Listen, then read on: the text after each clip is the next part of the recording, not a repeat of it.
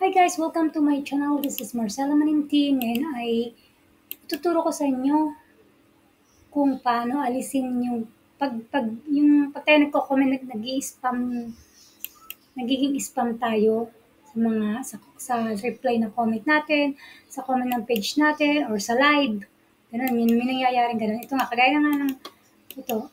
Kahit sa live, pag ako pumasok, ganyan pa rin. Kita niyo yan? Will appear when online. Yan, ganyan na nangyayari sa akin. Nag-comment ako, hindi.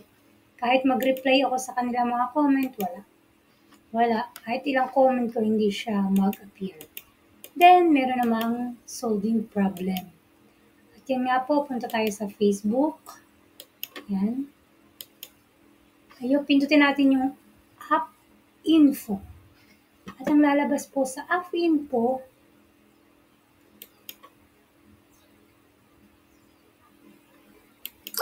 yan. Oh my gosh. Pindutin natin. Ito na naglo-loading. Loading siya. Yan. Ito po. Pindutin natin yan. Facebook. Meron sa baba makikita tayong Yan. Ito. Clear data. Storage. Pindutin nyo. Clear data. Clear cache. Ito, clear cache. Oh. Magkamali kayo sa dalawa.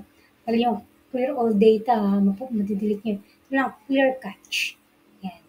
After that, puntan tayo sa ating FB. Yan guys, nakapag-comment na ako. After 24 hours, huwag nyo ipupush yung pilitin nyo na kailangan makapag-type ako, di ba? 24 hours bago maging okay ang inyong Facebook. Kaya after na magawa niyo yun, kulang kayo at kinabukasan tingnan at pwede na kayo mag-comment. Ang dahilan kung bakit nagkakaroon ng spam ay dahil sobrang comment natin sa live ng may live or nagbababa tayo ng link na ayaw ng host. Normally kailangan maging obedient tayo sa ating pupuntahang mga live at sa comment natin sa ibang tao. Kasi may spam tayo or i-spamin nila tayo. Diba? Kaya sana may natutunan kayo and thank you for watching. Bye!